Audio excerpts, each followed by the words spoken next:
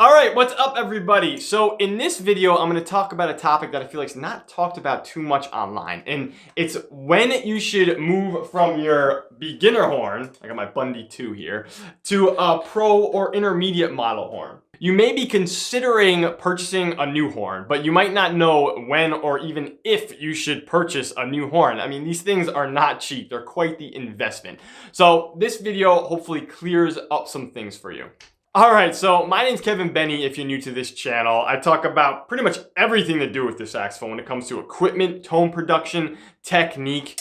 I also talk about, musical things like improvisation and ear training that really help specifically with the saxophone. So if you're interested in any of that, definitely consider subscribing. Okay, got that out of the way. So the first thing I want to talk about that needs to be said is that if you're looking for a new horn and you think it's gonna make you sound that much better, like you're gonna get a pro horn because you're gonna feel like you're gonna sound like a professional, that's not the case. You can sound like a professional on a beginner horn. You really can, truly. I'm just gonna demonstrate. This is my custom EX Yamaha horn. It's a professional top of the line type of thing. I'll play a little bit and then I'm gonna go to my beginner horn and tell me if you hear that much of a difference. Stars fell on Alabama, let's try that.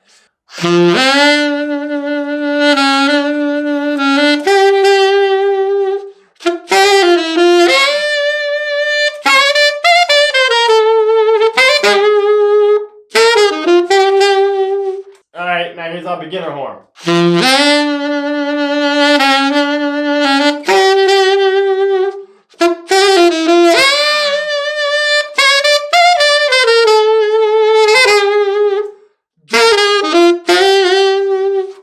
To some, this horn might sound better, honestly. There's something about this beginner Bundy that I actually enjoy.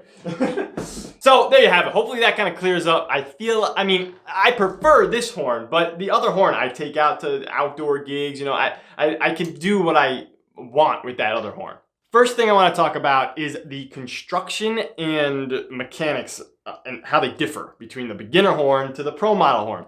So the first thing you'll notice if you kind of compare the weight when you pick these things up, the intermediate to pro model horn is going to be heavier than the beginner horn. And that's mainly due to, there's simply just more metal, more brass on this pro model horn. A lot of it has to do with, they usually have ribbed construction, meaning that there's just more reinforcement to where more brass reinforcement to where the keys meet the instrument, or like the contact points of where these keys meet the instrument. And that just gives the horn more stability, and it can also affect the tone a little bit. Adding that extra amount of weight can give a little bit more depth and richness to the sound.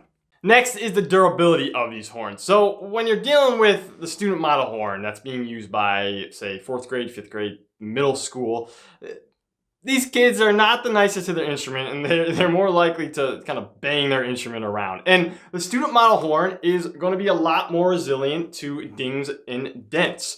The brass or the alloy is definitely a lot less malleable than the pro or intermediate horns. But the thing is that brass should be quite malleable. And what these student model horns do is basically create a lesser quality brass.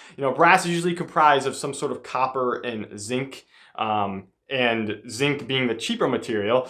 Usually these beginner horns are made with more zinc, and who knows what other composite material is within the brass. So because of that lesser quality, you're gonna get a lesser quality sound. Very subtle, but the tone is not gonna be as, say, deep or rich than the pro model horn. With the pro model horns, intermediate model horns, the brass is simply just a better quality brass, which is going to yield a better quality tone usually.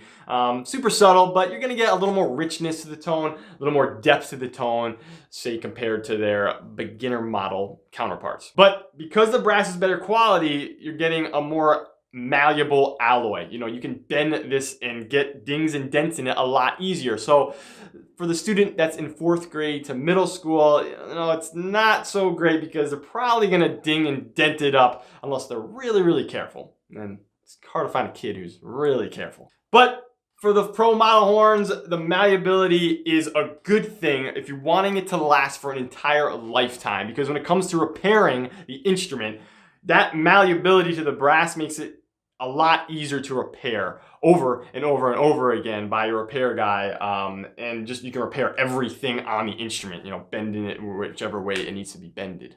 When we're talking about the key work between a beginner horn to a pro model horn, the pro model horn is just going to be a little more ergonomic. It's going to fit under your fingers a little easier. The action, meaning how far the key is off the instrument, is a little closer. So it feels like it's a little bit of a quicker horn, quicker action you're getting.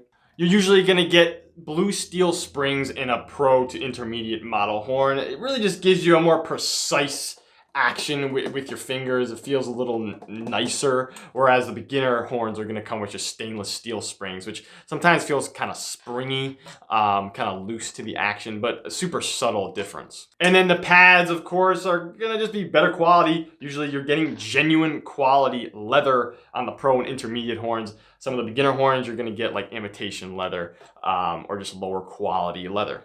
Okay, finally, I'm going to talk about when I think you should look to consider upgrading your instrument if you are interested. So there are 3 things I want to start with. First off, a student horn is going to get you extremely far. Just know that. I mean, you can get professional results with a student model horn, period. Okay, just want to say that. Secondly, if you start feeling like your horn is not cutting it, make sure it's in tip-top condition. Bring it to a repair shop. Make sure it is working properly. You might find that's all you needed to be satisfied, a working horn. And third off, you can do a lot with mouthpiece and reed combination. So make sure before you're upgrading your horn, you have experimented a little bit with mouthpieces and reeds, because you might get the tone exactly what you're looking for from just a different mouthpiece and reed. So before upgrading your instrument, I truly believe you need to be able to play your instrument proficiently, okay? And that has to do with a few things, You want to be able to play your entire range on your instrument from low B flat to high F. You should have a good amount of scales under your belt, along with tunes and repertoire, either learned by ear or learned by sheet music, or hopefully both, learned by both ways. And then of course you want a good tone. I mean, a proper tone production. It might not be exactly what you're looking for, your tone, but you do want to have this proficient tone production throughout the entire instrument. Another thing to be mindful of is, do you really need a new instrument? Don't just think you need a new horn because it's gonna make you play better, or it's gonna make you sound like Sanborn or Brecker or whoever. Know exactly what you're looking for from a new horn when it comes to tone and maybe the response of a new horn. And if you don't really know that concept or have that concept clear in your mind, you probably want to hold off on getting a new horn. A good way to test this out is go to your local music store. Hopefully they have some type of pro horns. Try some of them out. If you can't tell the difference between your horn and the pro horns, then you definitely don't want to get a new horn. I mean, that kind of goes without saying. But again, you want to make sure you have a specific concept in mind that you're looking for in a new horn that you may buy. The more you play, the more you listen, the more you develop as a saxophonist and musician, you're going to start to hear differences in the tone, and you will probably eventually really look for something else from your horn. A little bit more depth, a little bit more of a certain response, a wider response, more focused response. Stuff like that your instrument is just not doing for you.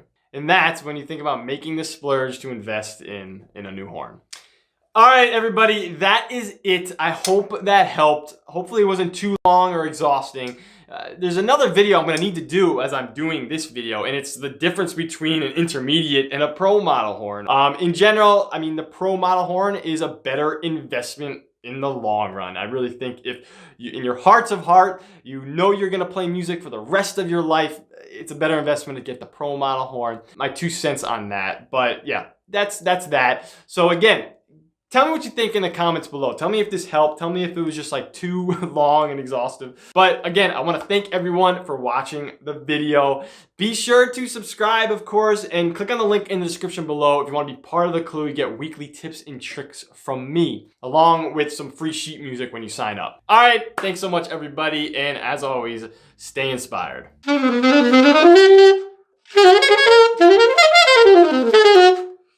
I mean, there's a vibe to this horn, man. This beginner horn, there's a little more mids to the sound, which I don't love, but I could get like a wider sound out of this horn than I feel like my EX.